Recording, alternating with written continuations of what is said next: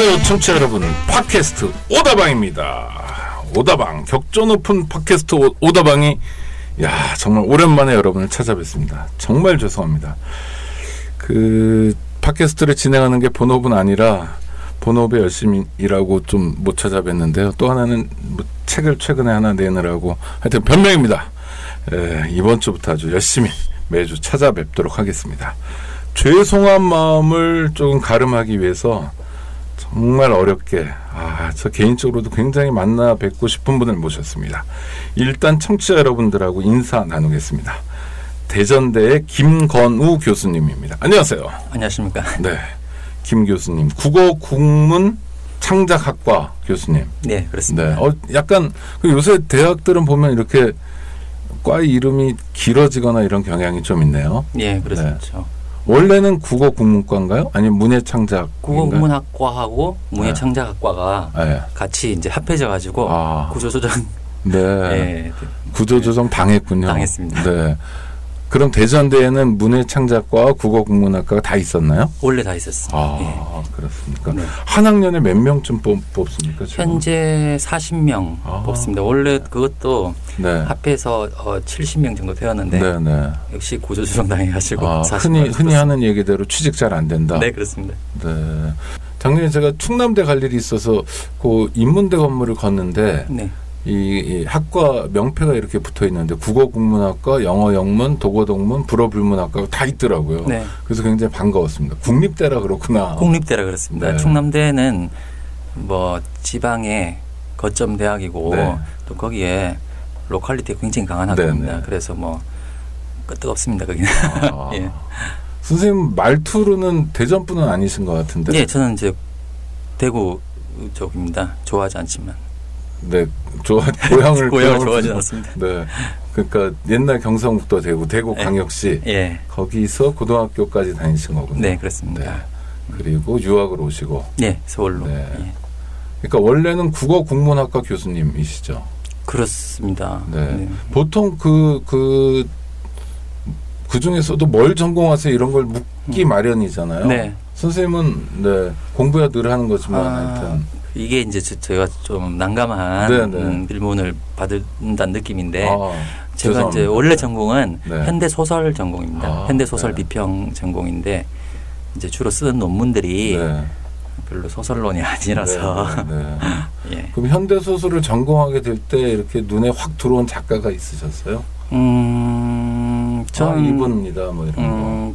제가 문청 출신은 아니고요. 그러니까 문청은 아니고 문학 청년. 네, 문학 청년이라고 하기는 어렵고 그렇게 사실 문학을 그렇게 좋아했다고 보기는 어려운데 이렇게 고등학교 때 사실을 뭐 조금 소설을 좀 보고 좋아한 걸로 국문과로 오긴 했는데 학교로 와 보니까 이게 아니다. 이게 아니고 재미가 너무 없어가지고 당시에는 이제 철학과 수업하고 종교학과 그때 이제 서울대 종교학과 있거든요.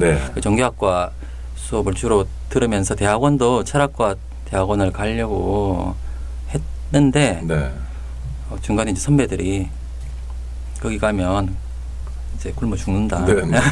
그래가지고 뭐 한참 신랑이 끝에 이제 국문과 대학원을 오면서 그래서 사실은 이제 특정한 작가가 좋아가지고 이렇게 국문과 대학원 현대소설 전공을 한 케이스는 아니고 현대소설 전공이 그래도 전공을 하면 좀 폭넓게 공부를 할 수 있다는 얘기를 듣고 이제 현대소설 전공을 한 겁니다. 물론 좋아하는 작가는 있습니다. 누구 좀 권해주세요. 저는 이제 비평가는 아니기 때문에 지금 활동하시는 동시대 작가들 말고 이제 문학사에서는 그래도 누구나 다 그러듯이 이제 김승옥 좋아하고. 맞아요. 선생님이 그 혁명과 웃음 이런 책을 내셨죠. 김승옥 선생님이 알바로 만평을 그렸던 거를 모은 천정환 선생님. 네, 그렇습니다. 이정숙 선생하고 3명이서. 하여튼 저도 문청은 아닌데 잠시 그런 생각을 한 적은 있습니다. 소설 읽는 거로 직업이 된다면 얼마나 좋을까 이런 생각을 어렸을 때 해본 적은 있었는데 물론 이제 겉에서 보는 거랑 다르겠죠. 제가 오늘 김건우 교수님 대전에서 여기까지 오셨는데 특별히 모신 거는 최근에 나온 한 권의 책 때문입니다. 우리 독자들께 그야말로 강추드리는데요. 대한민국의 설계자들 이란 책입니다. 표지도 아주 독특한데요. 저는 이게 라디오라 표지를 보여드릴 수는 없는데 저희가 뭐 갤러리에 올려놓겠습니다. 이 표지가 독특하네요. 네. 네. 저도 깜짝 놀랐습니다. 아, 그렇습니까? 네, 표지에 그냥 목차를 쭉 쓰셨네요. 예. 네. 이게 이제 이 디자인을 그 북 디자이너 저는 이제 인사는 드린 적 없는데 안지미 씨라고 그쪽에서는 상당히 잘 알려진 디자이너로 저는 알고 있습니다. 근데 이분께서 디자인을 처음에 해오셨는데 처음에 보고 깜짝 놀랐습니다. 이런 표지는 본 적이 없어가지고. 네. 근데 마음에 드셨어요? 저는 처음에는 놀랐는데 보면 볼수록 이걸 보면은 이렇게 책 내용을 들춰보고 싶게 만드는 디자인이라고 저는 생각을 하거든요. 그래서 아주 마음에 듭니다. 개인적으로. 언제 나왔죠? 이것이 3월 31일에 나왔습니다. 네. 이제 한 달 됐는데 잘 팔립니까? 지금 좀 놀랐는데 2세를 찍었습니다. 아, 1세 얼마 찍었는지 여쭤봐도 예, 1,500부. 네. 그래서 지금 2세 찍어서 아마 지금 서점에 깔린 책들은 2세일 겁니다. 네. 올해 안에 10,000부 넘으시길. 그럴 리는 없을 것 같습니다. 아니, 저희 방송이 지대한 공헌을 하겠습니다. 이 책은요, 그러니까 학병 세대를 주로 다루면서 학병이라는 건 이제 일제시대 때 일제 강점기 때 학생이었는데 군대 강제로 끌려간 징병당한 사람들이죠. 그 사람들이 해방 이후 대한민국에서 새로운 대한민국을 설계했다라는 시각으로 이제 보시는 거잖아요. 쭉 그리고 구체적인 인물들을 소개해 주시고 계신데 서문에서도 그런 표현을 쓰셨는데 실제로 저희가 아는 대한민국은 이승만, 박정희 또는 뭐 이병철, 정주영이 설계하고 만든 대한민국 아닌가라는 첫 번째 의문이 좀 들더라고요. 예. 뭐 그분들이 중요한 역할을 하셨겠죠. 당연히 중요한 역할을 하셨겠지만 다 만들었다 이렇게 얘기를 할 수는 절대 없는 거겠죠. 그렇다면은 밑그림들이 어떤 것들이 있었고 사실 그 권력이나 자본의 최고 정점들이 이제 할 수 있는 일들이라고 하는 것이 세세함까지 할 수는 없으니까요. 또 누군가가 옆에서 그림을 제안을 해주고 또 이제 그렇게 해야만이 또 되었을 것이고 그 다음에 많은 부분들 특히 이제 제가 정치나 경제 말고 사회 문화라고 하는 측면에서 한국이라고 하는 부분들을 오늘날 한국을 만들었던 부분들 만들어진 부분들도 굉장히 중요하다고 생각하거든요. 예를 들어 뭐 지금 한국의 예를 들면 의료보험 같은 것들 의료보험 제도가 미국 오바마 케어도 이제 얘기 많았지만 미국하고 비교를 해보면 물론 이제 서구의 유럽이나 이런 데보다는 조금 영국보다는 부족하지만 뭐 미국보다는 훨씬 상대가 안 되는 상대가 안 되는 그러면 그런 모양은 또 언제 시작되었으며 이제 저는 그런 부분들이 다 이제 한국의 설계자들이 했던 일들이라고 생각하거든요. 지금 우리 사회에 많이 남아 있고 그런 부분들 전반적으로 좀 얘기를 하고 싶었습니다. 네. 아니 구체적으로 이제 인물들도 좀 살펴보고 싶은데 그럼 일종의 뭐랄까요 좋은 대한민국의 설계자인가요? 대한민국의 좋은 설계자 이런 개념인가요? 이 책은? 네, 누구 제 후배가 이 책 제목을 보고는 부정적인 의미에서 왜 어떤 범죄 집단의 의미로 설계자라는 말을 썼느냐라고 농담을 한번 한 적이 있거든요. 설계자라는 게 부정적인 의미 아닌데 저는 그렇게 쓰지 않았지만 그렇게 농담을 하더라고요. 영화 제목처럼.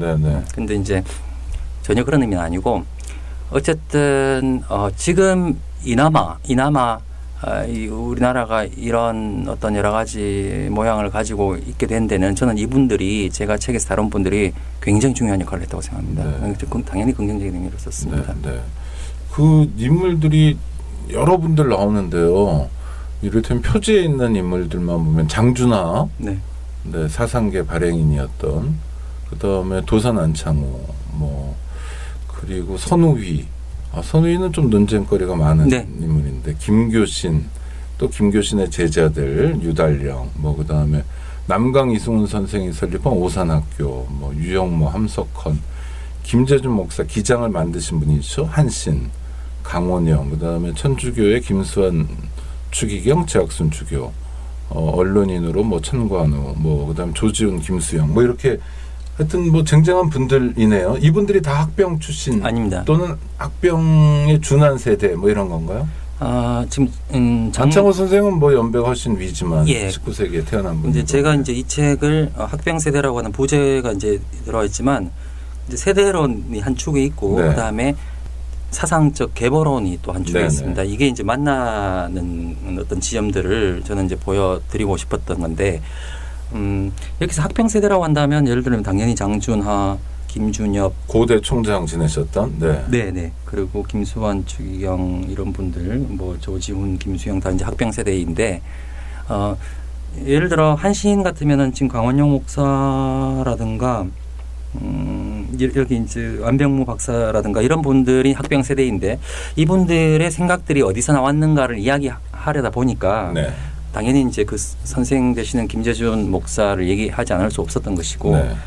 그런 식입니다. 또 유달령 선생은 애매한 위치에 있지만 또 그 유달령 선생이 했던 일을 얘기하려다 보니까 김교신을 그 위에 스승이기 때문에 얘기했던 거고 이제 계보론이 한 축에 있고 그다음에 학병 세대론이 한 축에 있는 거라고 보시면 됩니다. 전부 학병 세대는 아니고요. 그럼 학병 세대라는 분들이 생년으로 보면 어디서부터 어디까지로 끊어야 되나요? 1943년 11월 경에 그러니까 가을에 그 학병 지원제가 공포가 되는데 그때 당시에 만 20세가 되는 사람들입니다. 그러니까 1943년 12월 1일 기준으로 만 20세가 되는 분들. 1923년생. 네, 1923년생까지죠. 까지고 대체로 그때 이제 군대가 아니라 학교를 늦게 가신 분들이 많았기 때문에 그때 학교를 다니시던 분, 고등교육을 받고 있던 재학생의 연배가 한 27 정도까지 올라가거든요. 그래서 한 1917년생부터 1923년생. 1917년생으로 제일 유명한 사람은 박정희입니다. 물론 이제 학병 세대라고 하기에는 이제 완주공관학교 출신이니까 그분 종자가 다르죠. 이런 건 어떻습니까? 이 학병으로 갔던 사람들, 하여튼 일본 군으로 출전했던 거 아닙니까? 태평양 전쟁에. 그거 자체가 비난의 대상은 아닙니까? 그거 자체가 한때 비난의 대상이 되었던 적이 있습니다. 비타협적 민족주의가 이제 사상계를 휩쓸 때 사실은 일제 말에 어쨌든 일본군에 간 거 아니냐라고 하는 것들이 이제 비난의 그 후배 세대들, 학병의 후배 세대들한테 비난의 대상이 되었던 적이 있습니다. 굉장히 억울했죠, 그분들은. 그런데 사실은 그 당시를 보시면 그때는 그냥 사실상 그 징병 상황이었거든요. 우리가 군대 갈 때 군대 끌려간 거 가서 물론 집총을 거부하는 양심적 병역 거부하시는 분들이 있긴 하지만 군대 간 걸 가지고 국가에 뭐 이렇게 뭐 했다고 하기는 곤란한 그런 비슷한 상황이라고 저는 생각합니다. 단순히 박정희처럼 아주 그 권력을 얻기 위해서 적극적으로 이건 뭐 투항이라고 얘기하기도 어려운 정도를 했던 확신범은 모르지만 다른 뭐 이 학병 세대들은 학병에 끌려갔다는 것, 징병 당했다는 것만 가지고 비난을 하면 그건 좀 곤란하다. 물론 이제 끝내 거부하다가 감옥 간 사람도 있습니다. 개운제 분들은 이제 그런 케이스인데. 그건 뭐 지금도 양심에 따른 병역 거부를 하는 분들이 있으니까. 그렇습니다. 그런 걸 안 했다고 비난하기에는 이분들의 숫자도 너무 많고 또 비난받을 만한 여지도 많지 않다, 크지 않다. 그렇습니다. 이런 분들이. 아니 저는 어디 인터넷 자료나 이런 거 보면 뭐 돌아가셨는데 김수환 추기경에 대해서 비난하시는 분들 중에 첫머리에 나오는 게 이 사람 시작부터 학병이었다. 뭐 이런 거. 그 사진이 있어요. 그 일본군 일대 사진. 그거를 군복 입고 찍은 사진이죠. 많이 인용하는. 근데 저는 참 그런 분들을 이렇게 보면은 삶을 보는 눈 자체가 너무나 그것이 진보고 보수를 떠나서 이렇게 그렇게 김수환 추기경을 비난한다든가 하는 것은 저는 기본적으로 삶에 대한 기본적인 어떤 예의 같은 것들이 이해라고 하는 게 맞겠네요. 예의라기보다는 이해가 너무 부족한 분들이라고 생각합니다. 너무 편협한 태도다. 너무 편협하다고 생각합니다. 그러니까 학병 세대라는 건 하여튼 한마디로 얘기하면 1917년에서 23년 사이에 태어나신 분들로서 다른 동년배에 비해서는 지금 뭐죠? 전문 용어로 얘기하면 가방끈이 좀 긴 분들. 많이 길죠. 네네. 아, 많이군요. 네, 일반적으로는 많이 긴 거예요. 당대로서 네. 그 식민지 시기에 네. 고등교육을 받는다라고 하는 것은 정말 웬만한 그걸로는 어느 정도 확률이나 된다고 얘기하면 좋을까요? 지금 뭐 고등학교 졸업 이후에 대학 진학률이 뭐 80%다 90%다 이런 얘기를 하는 시대니까 네, 그때는 제가 생각할 때 그 당시 학제 자체가 일본 학제가 중학이 5년제였는데요. 네. 그러니까 고등보통학교가 나중 중학교로 바뀌지만 그 5년제에 입학할 수 있는 그 고등보통학교 학생 10대 네. 후반에 고등보통학교나 중학교 학생이었다고 한 자체가 지금 대학생보다 훨씬 확률이 떨어지죠. 네. 훨씬 떨어집니다. 네. 그런데 거기서 다시 대학이나 전문학교로 갔다고 하는 것은 그 저쪽에 저 한국일보 조태성 기자님은 그걸 그 당시에 금수저였다 네, 이런 표현을 쓰셨더라고요. 네. 그게 맞는 말씀 같습니다. 그렇죠. 네. 게다가 일본 유학까지 갔다 이러면 뭐 네. 네, 완전히 정말 군에 하나 있을까 말까 하는. 그럼요. 네. 개인적인 수학 능력도 그렇고 또 학비를 댈 수 있는 뭐 여건도 그렇고. 네.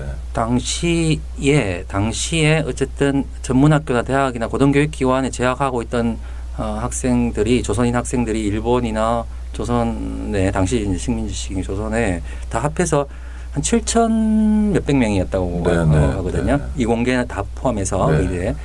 그러니까 뭐 정말 좋은 수겠죠. 네, 한반도 전체에서 그런 네, 전체에서. 네. 네. 자, 그러면 학병 세대라 함은 그 생년으로는 17년에서 23년까지 그리고 해방됐을 때 이제 고나이니까 뭐 젊은 세대였고 네. 그리고 한반도 전체에서 보기 드문 엘리트 집단. 네, 그렇습니다. 그러면 당연히 청년으로서 새로운 조국에서의 역할에 대해서 지금 젊은 세대가 가지는 것하고 남다른 포부 같은 게 있었겠네요. 당연히 그렇습니다. 네. 그 굉장한 포부가 있었죠. 네. 그리고 선배 세대에 대한 어떤 불신 같은 것들이 있었기 때문에. 어떤 불신입니까? 그러니까 친일이죠. 친일. 여기 이제 얘기 나오지만 김수환 추기경 아까 말씀하셨으니까 얘기 나오지만 대신학교가 아니라 소신학교, 작은 소신학교인데 네. 그 해화동 소신학교가 다른 일반고로 치면은 당시 고등보통학교에 해당한다고 네네. 보시면 될 것 같은데요. 그때는 졸업반 때 교장한테 그 불려가 뺨을 맞았는데 네. 그 이유가 수신 지금으로 치면 윤리 과목점 되겠죠. 그 답지에다가 나는 한국 시민이 아니다 네. 라고 썼다가 교장한테 불려 뺨을 맞았는데 그 교장이 장면입니다. 네네.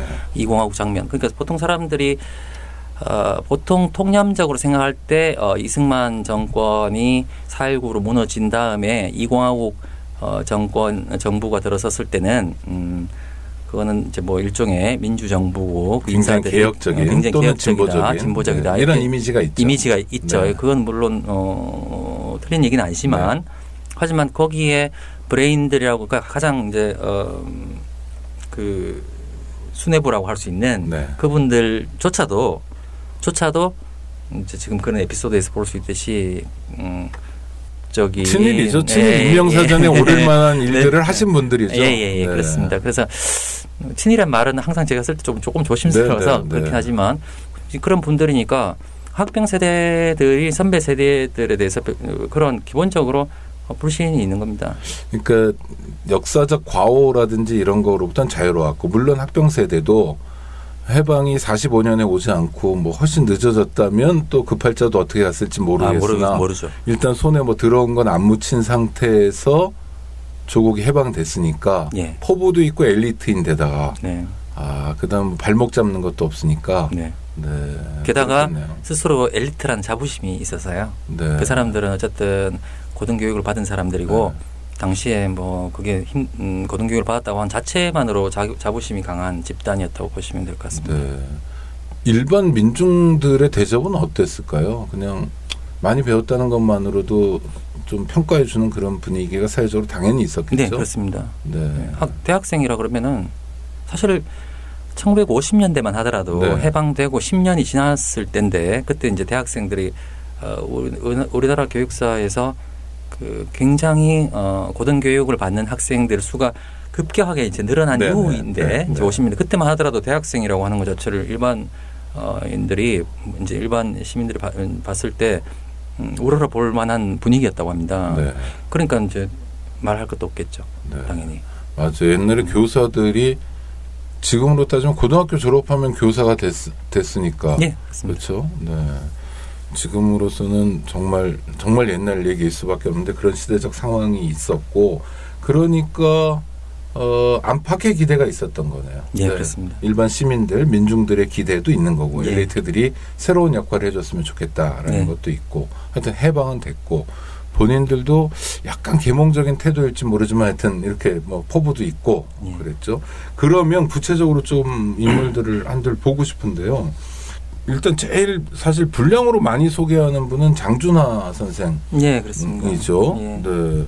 이분은 학병에 갔다가 그 유명한 뭐 장정 그래가지고 광복군으로 사실은 금이 환영하신 분 아닙니까? 예, 장정은 김준엽 선생의 책이고 네네. 돌베개죠. 예, 돌베개. 예, 네. 그렇습니다. 학병 탈출기 자체가 김준엽의 장정하고 지금 말씀드린 장준하의 돌베개 그게 대표적이고요. 그 외에도 뭐 조금 있긴 합니다. 여기 책에서는 다루지 않았지만 신상초라고 뭐 평안도 쪽인데 신상초에 나중에 유정회도 하고 했었는데요. 좀 말하자면 회절이 조금 됐죠. 신상초의 탈출기라는 작은 책도 있고 그 외에 이제 학병 그런 얘기들이 탈출병들의 수기가 간단한 것들은 조금 있긴 합니다. 그런데 이제 단행본으로 제대로 이렇게 오랫동안 나와서 일반에 알려진 것은 장준하, 김준엽의 두 책이라고 보시면 되겠습니다. 둘이 절친 거죠? 절친 이상이라고. 이상이라는 건 동지입니까? 김준엽은 연인과 같은 사이라고 표현을 했거든요. 장준하를. 예. 네. 두 사람의 연인과 같은 사이의 그 우정의 기록이다. 자기 장정은 그렇게도 얘기할 정도였으니까. 그분들은 신생 대한민국을 어떻게 그렸습니까? 어떤 나라였으면 좋겠다 뭐 이런 거 있지 않습니까? 우리가 누가 썼는지 모르겠는데 뭐 그 백범 김구가 썼던 거에도 뭐 그런 얘기들이 나오잖아요. 네. 나의 조국이 어땠으면 좋겠고. 이분들이 그린 자기 나라는 어떤 겁니까? 이분들이 그린 것은 제가 볼 때는 물론 민족주의자들이지만 서구를 모델로 한 것 같아요. 제가 볼 때는 자유롭고 민주적이면서 경제적으로도 아주 부강한 문화적으로도 선진적인 이제 그런 나라를 꿈꾸는 것인데 이를테면 뭐 구체적으로 모델로 들고 있는 나라들이 있습니까? 나라는 없지만은 미국 많이 생각했겠죠. 왜냐하면 미국하고 가까웠던 사람들이거든요. 사실은 뭐 지금 이 책에서 했지만 이 부분들을 제가 위인으로서 다룬 건 아니고 장준하가 뭐 대단한 위인이다 이런 것은 아니고 저는 어쨌든 연구자로서 조금 냉정하게 보려고 합니다. 그러니까 저도 장준하 선생 그 대목을 읽다가 그 제가 잘못 읽은 건지 모르겠는데 결국 사상계를 펴내고 사상계의 영향력은 뭐 어마어마했는데 이게 정치하려고 그런 것 같다. 그것도 그냥 정치가 아니라 이 양반이 국회의원 정도에 만족할 분이 아니고 대통령으로 가려고 사상계를 했다. 이런 대목들도 좀 나오더라고요. 그래서 야 이렇게 말씀하셔도 되나. 근데 사실인 거죠. 그런 증언들이 있고 저도 그런 포부가 있고. 그런 이거를 하면서 제가 처음에 이제 앞부분에서 인물들에 대해서 기존의 통념을 흔드는 경우에 당혹스러워 하시는 독자도 있을지 모르겠다라고 했을 때는 제가 이제 장준하 선생을 염두에 두고 했던 것입니다. 그게 이제 기록이 있으니까요. 기록이 있고 그것도 뭐 적이 그런 얘기한 게 아니라 가장 가까운 친구들이 한 사람이 하는 얘기가 아니라 아주 여러 사람들이 공통되게 하는 얘기가 어떤 정치적인 야망이랄까요? 이제 이런 것들을 금세 접으셨지만 장준하 선생 아드님도 이번에 대선에 나오신다고 그런 말씀을 잠깐 하셔가지고 장화범 목사님요. 알고 있습니다. 순간적으로. 하여튼 근데 대통령이 돼야 되겠다. 그러니까 장준하를 지사 또는 뭐 어떤 그냥 위인전에 나오는 어떤 인물로 정형화해서 보면 그런 게 굉장히 낯설고 거부감이 느껴지지만 뭐 현실적으로 새로운 조국을 만들겠다 했을 때 젊은 청년 지도자가 대통령이 되겠다는 꿈을 꾸는 건 그리 나쁜 건 아니다라는 생각도 드는데 어떠세요, 선생님? 저도 그렇게 생각합니다. 만약에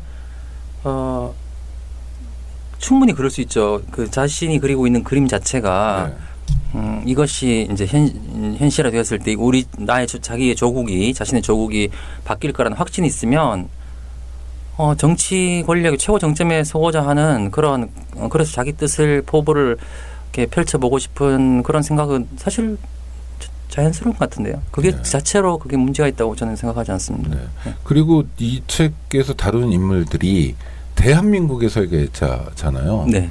그러니까 조선민주주의인민공화국 북한은 아닌 거고 네. 전부 다 우익 인사인 거죠. 설계자들은.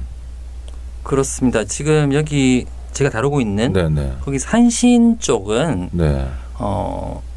해방기 중도파라고 저는 생각하고요. 네, 그렇습니다. 중도파. 그 중도파 저는 그 부분 되게 중요하다고 생각하는데 중도파들이 종교의 어떤 종교인들 중에서 중도파가 살아남을 수 있었다라고 보는 것입니다. 저는 그렇게 해석하고 있는데요. 아니, 그러니까 예를 들어 김재준 목사가 중도인가요? 우익 아닌가요? 네, 우익인데 네. 제가 이 김재준 파트에서도 그 기독교의 건국 이념이라고 하는 매우 중요한 문서, 네네. 그 문서에 대해서 이건 지금 연구서가 아니기 때문에 네네. 간단하게밖에 못했지만 제가 다른 논문에서는 그것을 아주 상세하게 그 분석한 연구에서는 이것이 이 이념이 어떻게 중도적인 것인가에 대해서 얘기한 적도 있는데요. 그것은 그 저쪽 만주 북간도죠. 동만주 북간도하고 함경도 쪽에 있던 그 진보적 기독교인들이 그러니까 캐나다. 네, 캐나다. 저 평안도하고 다른. 네, 네 캐나다 장로회를 배경으로 하고 있는 그쪽은 그 평안도 쪽의 그 미국 북장로교 쪽보다 훨씬 진보적이었던 사람들이고 네. 그 크게 보아서 우익은 많은데 네. 하지만 굉장히 중도적인 중도 우익 같은 네, 중도 우익. 사실 강원영 그 제자인 강원영 목사가 우익 아닙니까? 해방기의 네. 좌우 합작위원회 정식 위원이었습니다. 네. 그러니까 김규식계인데요. 네. 그리고 여운형을 개인적으로 또 강원영 목사는 여운형을 존경했거든요. 네. 네. 그러니까 중도파라고 봐야죠. 네. 네. 문익환 목사 같은 경우도 우익 아닌가요? 아니 그러니까 문익환 목사가 나중에 뭐 북한 가고 이런 거 89년에 네. 문익환 말고. 네. 미군 장교로서의 문익환이라든지 뭐 적어도 70년대 중반 이전까지는 예 문익환 목사는 그 이제 통역 장교한 것은 워낙 영어를 잘했기 때문에 그런 거고 아니 하여튼 네. 네. 그리고 그 이후에 우익이라고 하기에는 특별한 70년대 이전에는 네. 자기 사회 활동이 없었거든요. 뭐 대학 교수도 하고. 예, 한신대 네. 이제 교수를 하면서 그 지금도 공동 번역 성서라고 네네, 있지 않습니까? 네네. 그 프로젝트가 시작될 때 구약파트 최고 책임자셨죠. 네. 굉장한 학자로 알고 있습니다. 구약 신학으로는 우리나라에서 아마 손꼽히는 학자였던 것이고, 그건 뭐 우익이다 좌익이다 하기는 곤란한. 네, 아니 그러니까 제가 말씀드린 책 제목에 그렇게 한국 우익의 기원 그래가지고 제가 네. 말씀드리는 건데, 네. 그러니까 여기서 소개한 분들이 흔히 좌우라고 했을 때 다 우에 가 있는 분들 아닌가. 크게 보면 그렇습니다. 네. 왜냐하면 이게 분단된 상황이니까 예. 좌익이었다면 대한민국의 설계자가 되기가 어려웠을 거고 물론요. 또 전쟁도 경험해야 됐고 그냥 죽여버렸잖아요. 예. 그리고 마침내 전쟁까지 갔고. 그러니까 대한민국의 상대적으로 진보적이든 상대적으로 보수적이건 뭐 중도적이건 어떻건 간에 대한민국의 설계자가 되신 분들은 철저하게 일단은 우익일 수밖에 없지 않냐 이런 질문. 그렇습니다. 네. 근데 그때 우익더라고요. 그러니까 네. 여기 나오는 사람들은 다 우익이라고 치고. 예. 그러니까 약간의 떨림이나 이런 건 진폭은 있지만 우익은 맞다 이 말씀이죠, 김 예. 교수님. 예. 그 우익들하고 지금 우리가 흔히 보는 우익들하고는 좀 다른 것 같은데요, 많이. 지금 자신이 네. 자신의 정체성을 가리켜서 우익이라고 하는 표현을 쓰는 분들, 네네. 그분들은 그 자기를 우익이라고 하는 사람들 치고 지금 쓰레기 아닌 사람 누가 있습니까? 네. 그러니까 이제 분단이 여러 가지 인식 체계를 망가뜨려 버려 가지고 쓰레기 같은 존재들이 양산된 거지. 네. 진짜 우익이라고 할 만한 사람들은 이 학병 세대부터 쭉 언급되는 이런 분들. 김수환 추경 우익 맞아요. 그럼요. 네. 굉장한 반공주의자죠. 네.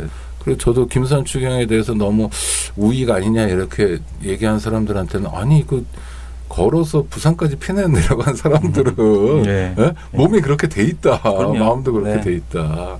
하여튼 그런데 지금 이 책에서 소개해 주신 학병 세대들은 우익인데도 불구하고 뭐랄까 약간 애국, 애족, 뭐 애민 또는 염치 그리고 멋 이런 것도 좀 있는 것 같아요. 네, 그럼요. 그 중에 저는 이 조선일보의 그 유명한 누굽니까? 선우희. 네.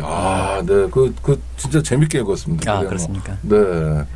일단 하나는 선우희가 조선일보 편집국장일 때 그 유명한 기자 리영이와 함께 국가보안법으로 들어가는 대목. 네, 방공법. 당시엔 방공법도 있었죠. 방공법으로 들어가는 대목. 근데 리영이 선생을 선우희가 우익에 거두죠. 이미 그때도. 네. 조선일보 편집국장이니까. 네, 우익에 거두죠. 리영이를 보호하는 거 아닙니까? 그렇죠. 그래서 자기는 뭐 구속 적부심이었나요? 5일 만에 나오고 리영희 선생은 한 달 만에 나오고 구속 만기로 거의 한 달 만에 나왔죠. 그러니까 사실 체포되고 구속됐긴 했으나 실형은 살지 않는. 그래도 천만다행인. 기소 자체가 안 됐죠. 그런데 그 배경이 뭐라고요? 그러니까 선우희 조선일보 편집국장이 리영희 선생을 그렇게까지 감싸고 이랬던. 선우희라고 하는 사람은 인간적으로 좀 멋있는 사람이라고 생각하는데요. 물론 그러니까 지금으로 보면 그냥 우익 꼴통인데. 꼴통이죠, 꼴통. 꼴통인데 멋있는 꼴통. 멋있는 꼴통이죠. 근데 이제 그게 제가 선우희 파트를 넣은 것은 이 대한민국의 설계, 대한민국의 밑바탕의 그 여러 그림들을 보여주는 과정에서 지역주의라고 하는 거를 한마디 하고 싶었던 것도 있고요. 그리고 이제 학병 세대 중에서 그 지역주의라고 하는 거를 가장 정말 뭐 날 것 그대로 보여준 사람이 선우이기 때문에 선우이를 이야기한 것입니다. 물론 이제 리영이하고 고향이 같은 평안도니까 자기가 보호한다고 그랬던 거죠. 그러니까 같은 평안도라는 게 무슨 그 진짜 도가 같다는 거예요? 그냥 전라도 이런 식으로? 네, 그렇습니다. 같은 평안도 아니고? 군도 아니고 군은 틀리죠. 군은 선우희는 그 유명한 평안도 정주 출신, 정주군 출신이고 저 이영희 선생은 평안도 삭주입니다. 삭주. 그러니까 군은 틀리지만 그 삭주, 의주, 정주, 그 평안북도 그쪽 사람들이 자기들 평안도도 이쪽 평양 쪽하고 평안도 위에 쪽하고 또 조금 신의주에 붙은 평안도 쪽하고 평양에 가까운 평안도 쪽하고 평안남도하고 북도 사이인데 그 평안북도 같은 평안북도 출신이죠. 그거 단지. 그래서 조선일보 편집국장을 그만뒀다는 거 아닙니까? 리영희 때문에. 그렇습니다. 선우희가. 물론 정권의 이제 압력도 있었죠. 있었지만 어쨌든 뭔가 누군가 책임을 져라라고 했을 때 내가 국장직을 내놓겠다 이렇게 된 겁니다. 그러니까 그냥 평안북도 후배라는 것 때문에. 그렇습니다. 그게 팩트인가요? 팩트입니다. 저는 리영희 선생님도 많이 뵀는데 이 책을 미리 쓰셨으면 그걸 좀 여쭤봤을 텐데 여쭤보지 못하고. 리영희 선생께서 그거에 대해서 뭐라고 이제 하실지는 사실 잘 모르긴 한데 그거는 그냥 인정하시죠. 왜냐하면은 주변에서 다 그렇게 알고 있었거든요. 아니 그러니까요. 전 재밌는 대목이었어요. 안녕하세요, 오창익입니다. 인권연대는 정부나 기업의 지원을 사양하고 오로지 시민의 참여로만 운영하는 100% 순도의 민간 인권단체입니다. 1999년 창립 이래 한눈 팔지 않고 오로지 인권운동에만 매진해 왔습니다. 인권연대 회원으로 참여해 주세요. 인권연대 회원이 늘어나면 그만큼 인권연대의 활동도 풍부해지고 활발해집니다. 인권연대 회원 가입은 인권연대 홈페이지를 참고해 주세요. 감사합니다. 그리고 직장 상사죠. 리영희 선생한테 선우희가 직장 상사였던 거죠. 근데 이제 리영희 선생이 굉장히 젊으실 때도 과감하셨고 여기는 이제 외신부 얘기도 있고 하지만은 이제 그거를 그렇게 할 수 있었던 것들이 선우희의 우산이 어느 정도 저는 있었다고 생각합니다. 그게 지역이다. 그건 저는 그거 지역이라고. 왜 평안도 사람들은 다 끈끈한 거야? 아니면 선우희만 유독 그런 건가요? 좀 끈끈한 게 있는데 이북 출신들 중에서 평안도 쪽에서 유독 그런 것이 자기들 터를 잃고 내려왔지 않습니까? 아, 실향민. 예. 일종의 이주민. 네. 이주해서 월남. 네. 그야말로 자기들 대체로 여기 내려온 사람들은 대체로 뭐 지주라든가 네네. 상공인이라든가 당시 이제 평안도 쪽에서도 상층 계급 사람들인데요. 아, 뭘 놓고 내려왔군요. 땅이든 뭐든. 네. 전부 다 놓고 내려와서 이제 뭐 거의 맨몸으로 오다시피 와서 네. 자기네들끼리의 어떤 우리가 서로를 보호한다 하는 그런 것들이 좀 비합리적 형태로 조금씩은 있었을 겁니다. 그 가장 극단적인 데가 서청이죠. 네, 서북청년단. 네, 거기는 아주 극단적이지만 서로 이제 보호하는 그런 게 있었고요. 그래서 그는 이제 이후에 그분들이 이념적으로 진보 보수가 갈라지긴 했지만 기본적으로 이제 서로 그 끈끈한 지역 의식은 있었던 것으로 알고 있고 특히 선호위가 좀 강했죠. 너무 노골적이었다고 할 수 있습니다. 근데 아니 피난 내려오거나 아니면 뭐 해방 공간 뭐 45년에서 50년 사이에 밑에 내려온 사람 중에는 평안도만 있는 게 아니라 함경도도 꽤 있는데 예. 물론 인구는 평안도가 많겠지만요. 유독 왜 평안도가 함경도 사람들도 자기들끼리 또 그게 있습니다. 있는데 숫자가 적어서 숫자가 적고 그다음에 평안도와 함경도 사이에 위화감이 크거든요. 아, 그렇습니까? 예, 같은 이북 출신이라고 서로 섞이는 게 아니고 네. 물론 이제 그보다 더 이제 계층적으로 더 아래쪽은 어떨지 모르겠는데 평안도 쪽에서 함경도를 좀 무시하는 게 있습니다. 네. 무시하고 좀 막 여진족 취급하고 이런 건가요? 약간 쟤네들은 뭐 말하자면은 저 산간 지역에 사는 사람 사는 데도 아닌데 가서 사는 좀 그렇고 또 이렇게 생각들도 약간 빨갛고 그쪽 사람들은 이런 식의 생각들이 있습니다. 그 지역주의를 이 책에서도 여러 번 이제 강조하시는데요. 네. 도산 안창호부터 뭐 그 다 평안도 사람들인 거예요. 남강 이승훈 그렇습니다. 네, 오산학교 다 평안도. 도산도 굉장한 사실은 지역주의적인 면모를 갖고 있었던 게 사실. 근거는 어떤 게 있을까요? 그것을 맨 처음 하신 분은 연구 쪽이지만 그 김상태 선생님 역사 한국 현대사학 전공하시는 김상태 선생께서 그것과 관련해서 논문들을 쓰시고 또 윤치호 그 기호파의 지도자 중에 하나인 일제 때 이제 뒤에 친일 때문에 얘기 많았던 윤치호 일기가 영어로 되어 있는데요. 그 윤치호가 썼던 영어로 된 일기 중에 그것을 다 편약하셨어요. 그 편약하신 그 책 그게 이제 윤치호 일기인데 거기에 아주 상세하게 잘 나와 있습니다. 이 서북파라고 하는데 이제 서북파의 이제 말하자면 대장에 해당하는 사람이 이제 도산이었으니까 안도산이었으니까 그쪽이 얼마나 강한 지역주의자들이었던 것. 근데 저는 이제 지역주의라고 하는 것을 여기도 그렇게 썼지만 그 자체로 비난받아야 된다고 생각하지 않고 그것이 어떤 그러니까 새로운 사회에서 어떤 정치적인 적실성 혹은 전반적인 진보성 이런 것들을 좀 담보하고 있느냐에 따라서 좀 달리 봐야 된다고 생각하거든요. 아니 그러니까 같은 지역주의도 뭐 아까 고향인 대구가 싫다고 그러셨는데 경상도 지역주의와 전라도 지역주의는 1980년 5월 이후에 좀 달리 봐야 된다라는 게 사실은 그냥 염치 있는 사람들이 얘기잖아요. 그렇습니다. 당연히. 그 광주에서 90% 나오는 것과 대구에서 90% 안 나오지만 하여튼 압도적인 몰표가 나오는 것은 전혀 다른 맥락이다. 저도 그렇게 생각합니다. 그러니까 지역주의라고 해서 꼭 비난받아야 되는지 뭐 한국 야당의 고향 같은 데가 이제는 호남이 됐잖아요. 그렇습니다. 지금 뭐 유력 후보 둘이 다 호남에서 서로 사랑받으려고 그러는 건데. 근데 이제 지금 조금 위험하긴 하죠. 지금 단계에서는 호남 지역주의 예전에 만약에 그것을 정치적으로 자기 입지의 기반으로 삼고자 한다면 그것은 위험하다고 생각합니다. 개인적으로. 그러니까 그러려면 그런 지역주의가 돼야죠. 개혁적이고 훨씬 진보적이고 그렇죠? 평화. 그러니까 5.18 정신이 다 들어가는 지역주의.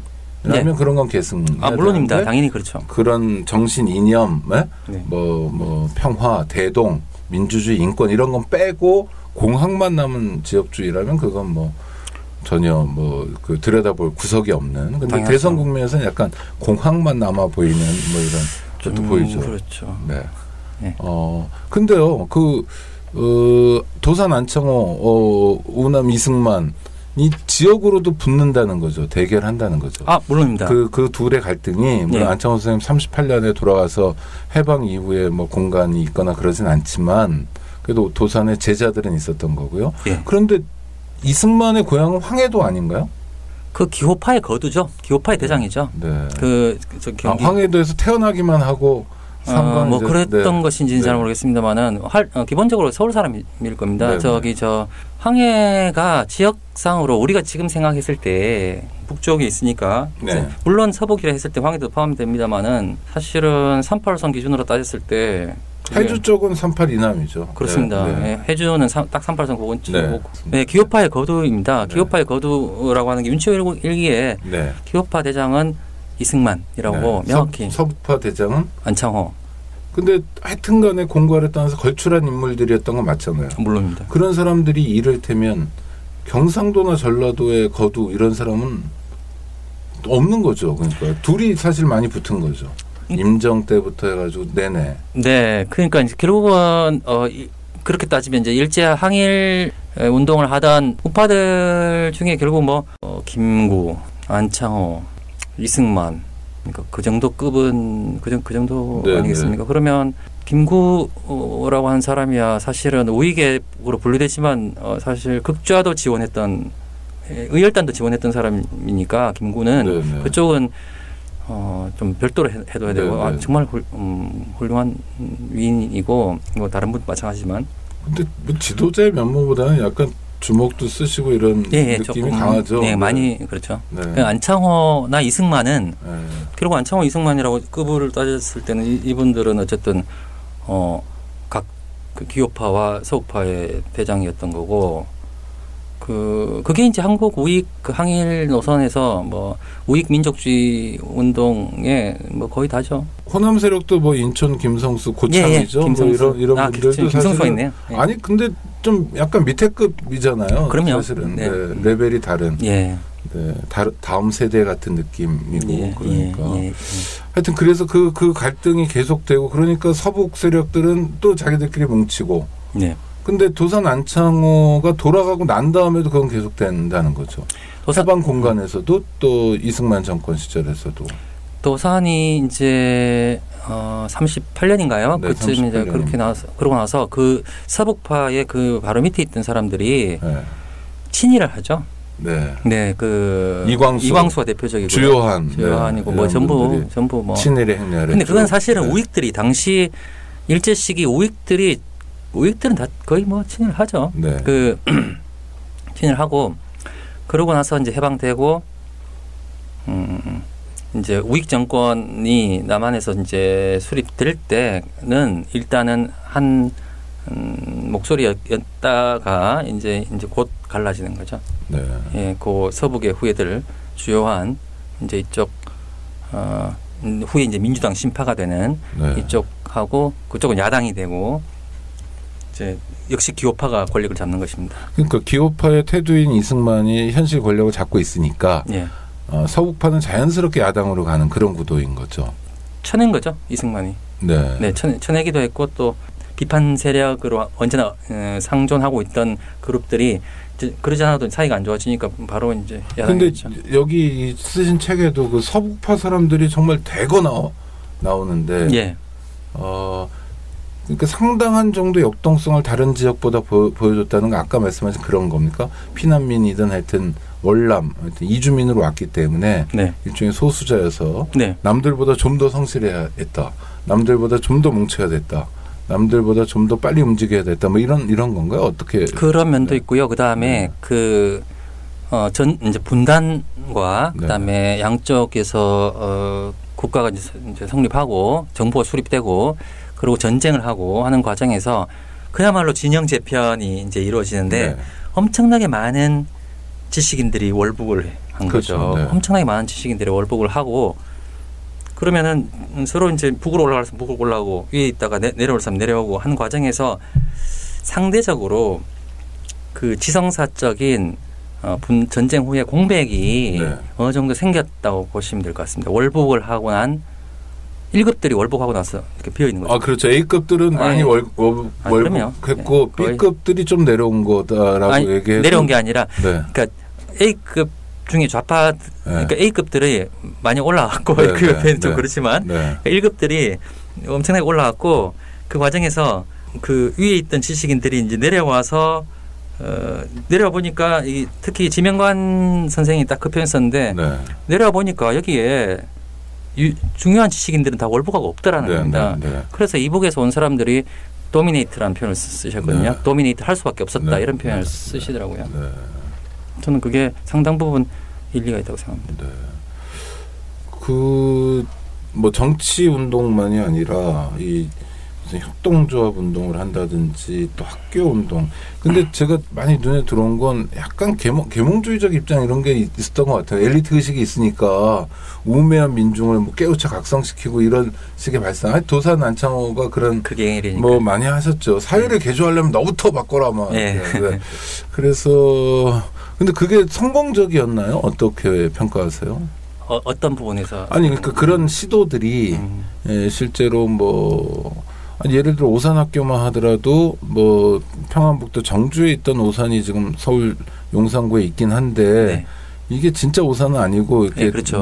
저 졸업생들이 이렇게 약간 복원한 근데 역사는 계승하고 있는 그러나 오산이 그 이후에 뭐 사실은 그냥 하나의 학교로서 그냥 존립만 하고 있는 건 아닌가? 지금 뭐 한국에 있는 오산학교가 뭐 그 오산을 지성사적으로 그걸 이어받았다고 저는 생각하지 않고요. 근데 지성사적으로는 저는 그 정신이 남강 집안 사람들이 이었다고 저는 봤습니다. 그 뭐 이기백, 이기문 형제의 부친 대신에 이창갑 선생. 풀모학교를 하시는데 그런 분들이 오산의 정신을 이었다라고 저는 생각합니다. 개인적으로는. 오히려 여기 오산학교가 아니라. 아니 근데 풀모학교도 뭐 대단하긴 하죠. 근데 실제 가보면 그렇게 그러니까요. 뭐 근데 그냥 하나의 학교고 뭐 좋은 학교던데 또 풀모 이름을 따가지고 풀무원을 해서 옹경산 박사요? 그러기도 하고 아드님도 옹경산 박사가 저 원혜영 의원의 부친 되시는데 그러니까 아드님도 이제 그래도 좀 따뜻하게 살고 뭐 지금 넘겼다고 그러는데 하여튼 그러니까 그런 게 저는 뭐냐면 막 동아일보에서 하여튼 분한르도 운동 이런 거 하고 달리 뭔가 좀 들어가고 민중 속으로 들어가고 침투하고 이런 모습이 아니라 그냥 어디 저 언덕배기에 이렇게 딱 학교 하나 져놓고 좀 와라 니들이 내가 가르쳐 줄게 이런 약간 오만한 태도 아니 전반적으로 그 서북이나 이렇게 소위 대한민국 설계자들이 약간 그런 태도는 아닌가 하는 삐딱한 마음도 생기는데 그런 부분이 있습니다. 제가 이제 사실은 이게 여기 다루고 있는 분들이 세대가 그래서 그런지 굉장한 엘리트주의자들입니다. 그래서 기본적으로 그야말로 소위 정말 그러니까 그걸 민중이라고 해야 될지 서바르탄이라고 해야 할지 모르겠는데 하나 된다라고 하는 뭐 이런 정도의 가고 패러다임의 전환까지는 별로 없었고 그런데 물론 이제 이렇게 일부 무기자들은 이제 그 지경까지 이제 그 형태까지 가긴 간 것 같아요. 그런데 전체적으로 봤을 때 이분들 지금 다루고 있는 분들은 계몽주의자들이라고 본 게 지금 이제 국장님 말씀하신. 그러니까 저는 실력도 있고 이분들이 포부도 있고 엘리트로서 이제 남다른 무언가를 가지고 있는데 사실 약간 그런 좀 한 걸음만 더 나가셨으면 근데 뭐 시대 상황이 한계가 있었으니까 하는 생각도 들고요. 좀 아쉬운데 선생님은 쓰시면서 어떤 생각이 드셨나 그냥 막연한 궁금증이 있어서. 여쭤본 거고요. 하여튼 선생님 보시기에는 이분들이 그런 표현을 할 수 있겠네. 대한민국 우익의 태도 뭐 이렇게 얘기할 수 있는 분들인 거네요. 그렇습니다. 실질적으로 대한민국에 영향을 끼친 태도인 거죠. 그러니까 이제 일제하에 때도 우익이 이제 사실 3.1 운동이 이미 20년대 이제 좌우가 갈라지니까 그때부터 시작하자면 물론 뭐 더 있기야 있겠지만 실질적으로 오늘날 대한민국 사회를 많은 영향을 끼친 한 덩어리로서 세대를 얘기할 때 우익 얘기할 때는 이분들부터 얘기하는 게 맞다고 저는 봅니다. 저는 그 말씀에 동의하면서도 사실 선생님 그 뵙고 여쭤보고 싶은 건 딱 사실 이 얘기인데 그 우익 전통이 계승된 건 아니죠. 단절 아닙니까? 아니, 그러니까 지금 우리가 예. 우익하면 아까 말씀드린 것처럼 약간 쓰레기 같은 사람들만 떠오르게 되고, 네. 그러니까 염치도 없는 우익이거나 뭐 그런 거 있잖아요. 뭐 이렇게 약자에 대해서 되게 가혹하고 뭐 하여튼 최소한의 균형감도 없고 뭐 애국 이런 거라도 있어야 되는데 이런 것도 없고 그래서 정말 세계적으로 드문 하여튼 저질 우익 이렇게 됐다는 건 네. 우익의 패권을 뺏긴 것 정도가 아니라 그 소위 정통 우익의 태도들이 그 뒷세대로 온전하게 이게 넘어오지 못했다 이런 거 아닌가요? 그렇죠. 그렇긴 한데요. 네. 근데 저는 이제 좌우 이게 이제 우익이라는 표현을 이제 쓴 것은 역사책이기 때문에 이제 연구자로서 이것을 이념적으로 평가하고 가름하는 과정에서 우익이라는 표현을 쓰긴 썼지만 저 좌우란 말 자체를 별로 개인적으로 좋아하지 않고요. 좌우라는 말을 쓰는 것 자체가 지금 이렇게 그 좌우 프레임에 들어간다고 저는 생각하거든요. 지금 이제 굳이 이제 말씀하신 대로 할 것 같으면 내가 자기 자신이 우익이라고 생각하지 않지만 훌륭한 분들이 저는 있는 것 같아요. 뭐 이름이 크게 있거나 하진 않지만 그것을 그분들은 스스로 뭐 우익이다, 뭐 내가 좌다 우다 이런 표현도 쓰지 않죠. 하지만 그런 분들한테 말하자면 제가 이 책에서 다뤘던 이분들의 어떤 생각들이나 이런 것들이 분명히 남아 있을 겁니다. 그러니까 단지 그분들은 자기들이 우익이라고 생각 안 할지도 안 하는지 우익이란 말 자체를 안 쓰실지 모르지만 저는 사회 곳곳에 저는 있으신 것 같아요. 그렇긴 하죠. 그래서 멋있는 분들도 멋있는 분들 이제 찾아보면 계실 것 같은데. 멋있는 분들이 있으시죠. 네, 그런데 이렇게 그 해방 직후에 이 소위 대한민국의 설계자들이 보여줬던 이런 역동적인 거 있잖아요. 예를 들면 4.3개 운동만 하더라도 4.3개 펴낼 때 뭐 장준하가 뭐 그렇게 나이가 많고 무슨 뭐 물질적으로 풍부하고 뭐 책에 보니까 뭐 미 공보원에서 종이 받아다가 이렇게 하고 이런 거 아니면 비난한 처지인데도 그러나 그 지성계나 이제 시민사회에 미친 영향은 지대하잖아요. 엄청나게 지대하죠. 네네. 그러니까 그런 식의 어떤 우익의 다이나믹한 어떤 다이나믹하고 영향력도 있고 그다음에 풀무학교 처음 세우고 오산학교 세울 때 그 역동성 같은 거 있잖아요.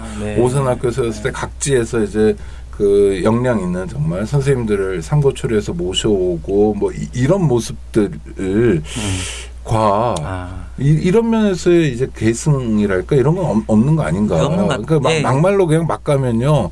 한신대 같은 경우도 선배들은 정말 멋있고 뭐 대단하고 뭐 이런 모습이 꽤 있는데 전통도 있는데 지금 한신대 보면 좀 많이 초라해요.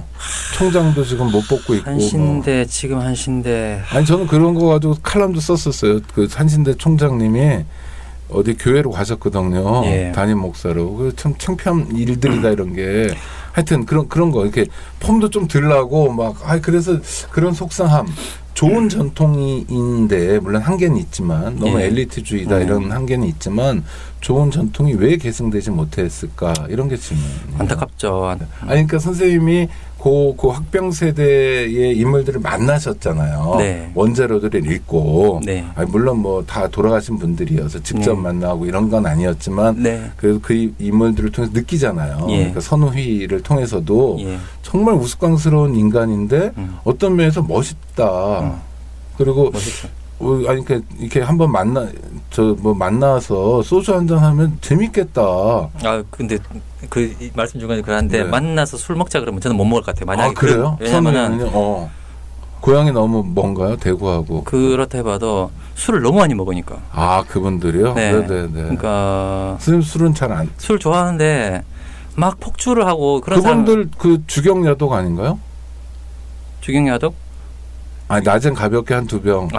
저녁에 한 5병 이렇게. 특히 선우이는 술을 너무 많이 마시고 한 번 마시면 그 선우이가 이제 술 먹고 뭐 이런 얘기들이야 당연히 책에도 못 쓰는 얘기지만 선우이가 뭐 술 먹고 이제 술 취하고 기분 조금 안 좋으면 그 조선일보 앞에 그 보도차들이 옛날에는 다 집차들을 사령부동이 집차 다 때려 부수고 참 그런 사람 세대인데 옛날 분들 다 그랬죠. 예. 그런 사람들 어떻게 술 먹겠습니까? 힘들어가지고 아유 참. 그 옛날이니까 옛날 정말 개같이 먹을 때니까.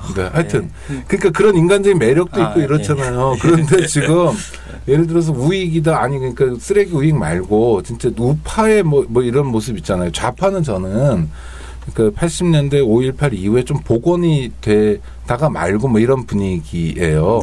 그러면서 여러 가지 전설들도 만들어냅니다. 80년대 시계 전설. 이를테면 전태일이 좌파냐 하면 좌파는 아니지만 하여튼 좌쪽에 굉장히 상징적인 인물. 전태일 대구 사람입니다. 네, 대구 사람이죠. 대구에서 일찍 올라왔어요. 김수원 대구 사람이거든요. 네, 대구 사람이죠. 그 제가 자랑스럽게 생각한 두 사람입니다. 네, 좋습니다. 이호상도 있고, 죄송합니다, 말씀드려. 아니, 그러니까 그런 게 있는데 지금 하여튼 우익이라고 얘기되는 사람들은 그런 전통이 좀 결여돼서 저는 이게 흔히 좌우라고 했을 때 좌쪽 사람들보다는 우쪽 사람들이 훨씬 더 많이 보고 해야 될 책이 아닌가. 그게 그냥 뭐 국가보안법의 영향인가 뭔가 하여튼 잘 모르겠어요. 왜 이렇게 망가졌는지 우리가. 진짜 많이 망가졌네요. 뭔가 간극 같은 게 있잖아요. 예, 있습니다. 아니 그러니까 저는 남강 이승훈이 도산 안창호를 원래 아는 사람이 아닌데 지나가다 평양에서 연설을 듣고 갑자기 휘가닥 해가지고 1907년. 네. 1907년 이제 그해 이제 오산 학교를 세우는 거죠. 바로. 그래서 뭐 술 담배 끊고 그러니까 완전히 그 기독교에서 얘기하는 회개 같은. 거듭난다라고 보통 사람들이 거듭난다. 그리고 또 회개를 회심신 이렇게 표현하는 사람도 있더라고요. 그러니까 회심, 신만이나 신까지 회심신. 그러니까 남강 이승훈은 완전히 전 존재를 다 바꿔버리는 그 유턴해서 가는 그런 모습을 그냥 보여주잖아요. 그 자기보다 나이도 적은데, 그렇죠? 나이도 적죠. 적죠. 14살인가 차이 납니다. 그런데 그렇습니다. 저는 그런 게 굉장히 그 위대한 장면들이 있잖아요. 위대한 장면이죠. 근데 아주 멋있는 장면이죠. 아니 그러니까요. 이미 110년 전에 그렇죠? 그리고 남강 이승훈도 어린애가 아닌데 그렇죠? 그리고 무슨 지금처럼 뭐 세팅된 강연 회장이 아니라 그야말로 길거리에서 우연히 지나가다 한마디 듣고 자기 자신을 전부를 바꾸는. 그렇죠. 그때도 뭐 나이 이런 게 안창호 도산이 그 미국에 있었다가 와서 사실 조선에서는 그렇게 안창호 누군지 모를 때거든요. 그런데 어떤 청년이 젊은이가 하는 연설 듣고 거기서 확 바뀐 거잖아요. 그러니까요. 대단한 장면이죠.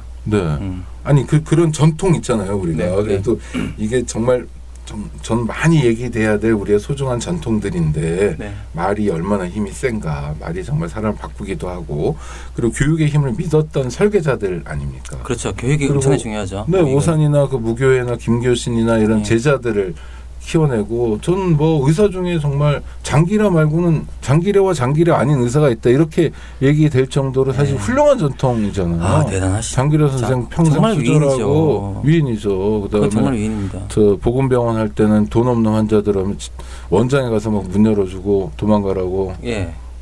내가 딴 사람들 얘기하지 마라 그러고 문 열어주고 도망가게 하고. 그리고 마지막 장면도 굉장히 멋있어요. 그냥 옥탑방 원장실에서 그냥 책상에 앉아서 돌아가셨잖아요. 옥탑방에 살았으니까요. 그러니까요. 자기 직업 필요 없다고. 그래서 나도 죽을 때 그렇게 책상에 앉아서 죽었으면 좋겠다. 이런 함석헌하고 되게 가까웠습니다. 함석헌하고. 그렇죠. 그러니까 아니 그런 그 모델이랄까 이런 게 있잖아요. 근데 장기련은 굉장히 훌륭한 의사인데 지금 한국 의학계가 장기 있어요. 뭐 이태석 신부 뭐 이렇게 그러니까 그런 막 동떨어져 남수단에는 있지만 죄송합니다. 흥분해가지고 이런 진짜 정말 아름다운 전통이 곳곳에서 현재화돼야 되는 게 아닌가 하는 답답함. 그럼 뭐가 비어 있을까 우리가 이게 자본주의의 폐해인가 그죠? 뭐 이런 의문이 선생님 책을 보면서 독자로서 자본주의의 폐해라고 하는 게 제일 편할 것 같아요. 예를 들어 저는 이제 제가 공부하는 과정에서 이제 뵌 분이 지금 홍동에 그 홍순명 선생님이시거든요. 풀무학교를 실제로 만드신 분이죠. 실제 이제 지금의 모습을 하신 분인데 홍순명 선생님을 뵀어요. 뵙고 그분은 36년생이시죠. 근데 이제 홍순명 선생님은 스스로를 어떻게 생각하시냐면 이 오산의 그 전통에 오산의 어떤 그 남강업부터 시작해서 이창갑으로부터 시작해서 또 저쪽 김교신에서 오는 이런 전통을 이어받고 계신 분이라고 생각하시거든요. 근데 한때 홍순명 선생을 주변에서 빨갱이라고 그랬어요.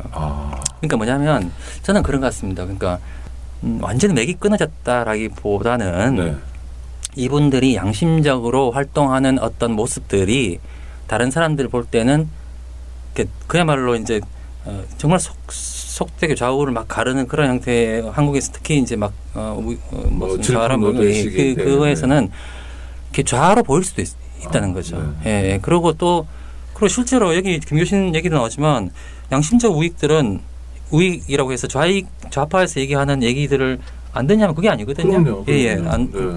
당연히 맞는 얘기하면 들어야죠. 옳다는 얘기도 해주고. 자본주의 분석이 그 막스의 경제학만큼 자본주의를 본질을 분석하는 게 어디 있습니까? 그런데 그것은 그런 것들은 여기 김재준 목사도 그런 얘기하는데 자본주의의 폐해를 과학적으로 분석하는 것은 당연히 받아들여야 하는데 그게 우익이다. 그러니까 이제 그렇게 되면 그것을 이게 이제 소위 이제 좌우 프레임을 가르기 좋아하는 사람들 입장에 그 눈에서 봤을 때는 그게 이제 우익으로 안 보일 수도 있겠죠. 그런 면도 있는 것 같아요, 저는. 그리고요, 선생님, 예전에 남의 나라 얘기야, 19세기의 서양 소설들을 볼 때도 그런 느낌인데, 20세기 초반에 우리 작가들, 별로 재미는 없지만 하여튼 소설들 보면 그 중에 인물들은 약간 지금하고 달리 좀 폼이 난다 할까? 약간 품격이 있다 할까? 이런 느낌. 그러니까 약간 인물들이 그래도 좀 그렇게 비루하진 않는 것 같은. 저는 그것이 그 비루하지 않음이라고 하는 게 이제 어떤 정신성이라고 생각하는데요. 사실은 우익이라고 하는 정신성 빼면은 내세울 게 없지 않습니까? 무슨 과학을 갖고 있는 것도 아니고 그렇죠. 결국은 도산의 그쪽 핵심이 정신성에 있기 때문에 자기 정신혁명자 빼면은 사실 우익이 내세울 게 별로 없고 그래서 이제 그랬던 것인데 말씀하신 자본주의 폐해로 그 전 사회의 자본주의화가 뭔가 온 부분에 다 이제 스팝이 되면 그 막스의 경고한 모든 것은 대기 속에 녹아 사라진다고 했던 그 현상이 선생님이 국문학자가 아니라 한국학자시라면서요. 그렇게 이제 썼습니다. 그러니까 저 후기에 저 현대 한국학을 연구하고 있는 학자셔서 저는 그러니까 이 시기에 이분들 진짜 정말 쟁쟁한 분들이고 정말 우리 청취자 여러분 대한민국의 설계자들이란 책 김건우 지금 꼭 사서 보세요. 사서 보시고 감사합니다. 아니 진짜로요. 진짜 좀 올해의 책입니다. 올해의 책.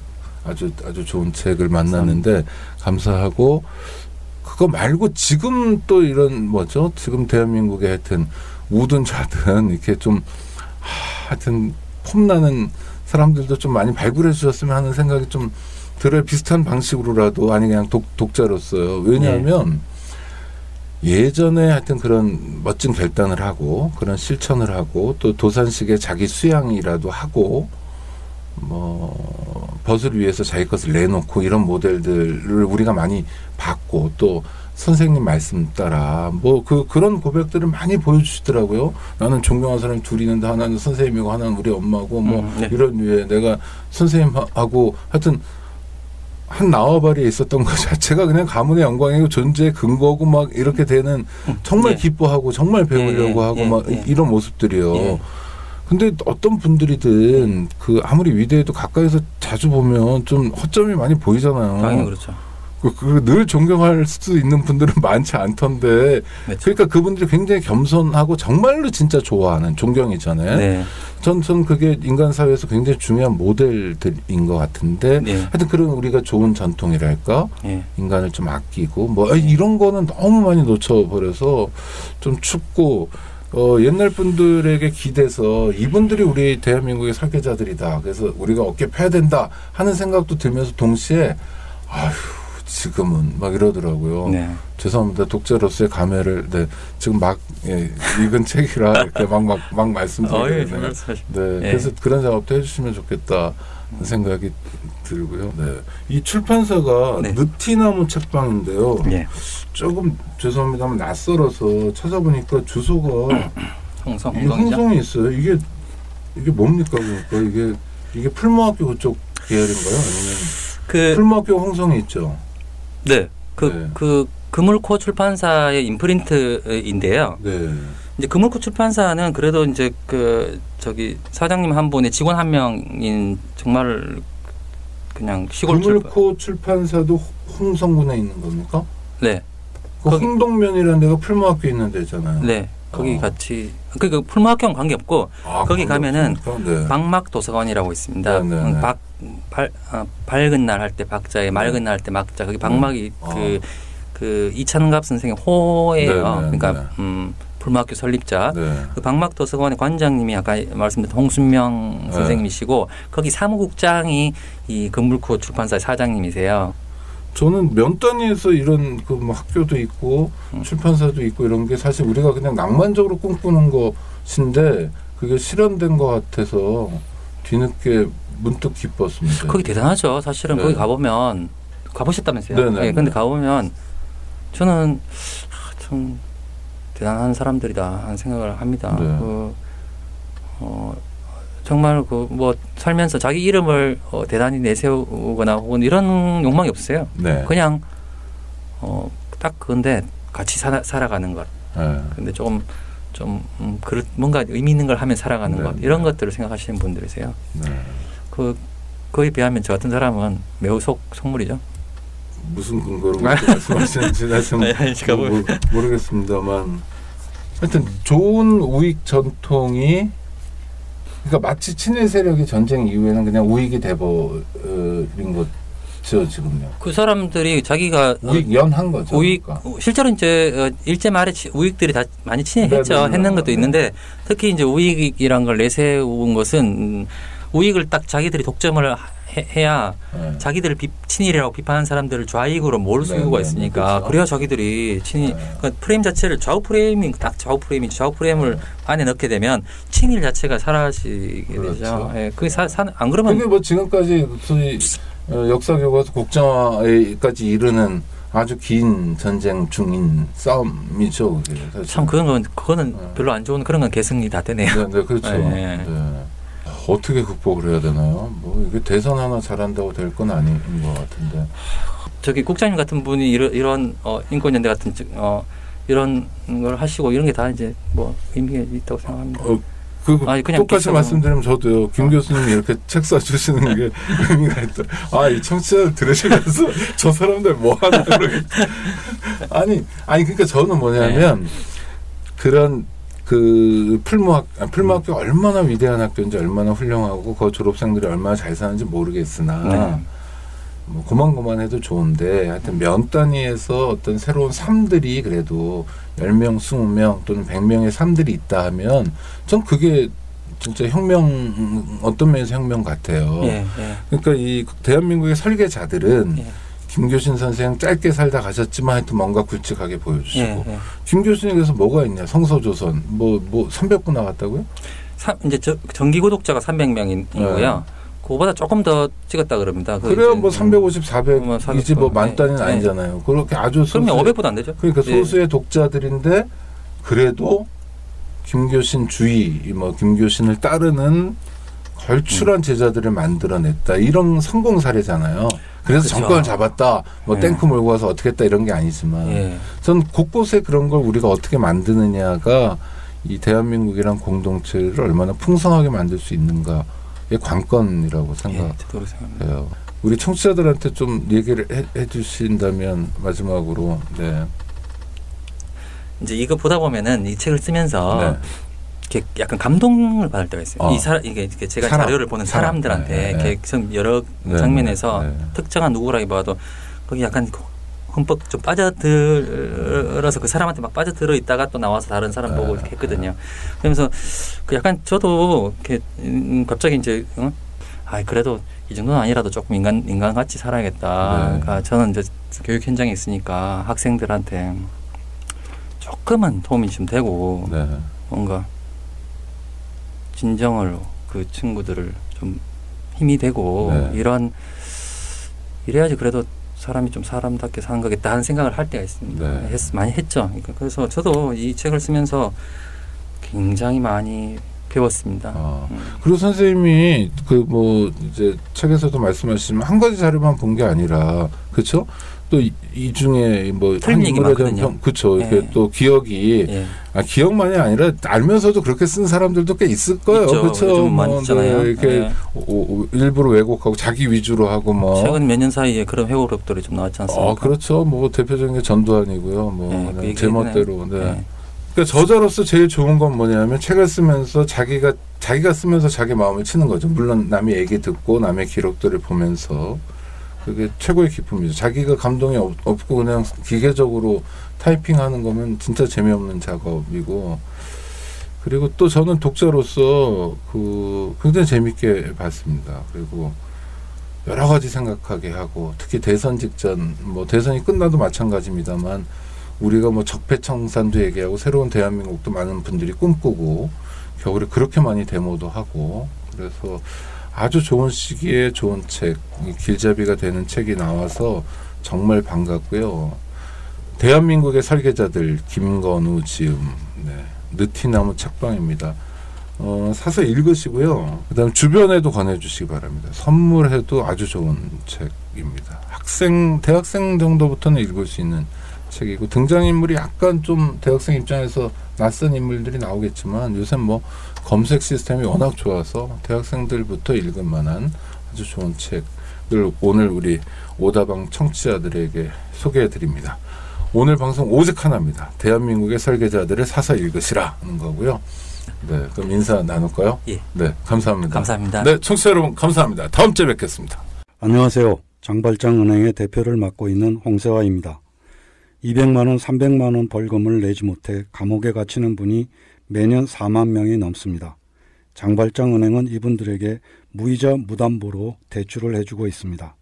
장발장은행을 후원해 주시기 바랍니다. 실로 모든 게 엉망으로 치닫는 듯한 세상입니다마는 스스로 아름다워지는 데에 겸연쩍어 하지 않기를 바랍니다. 고맙습니다.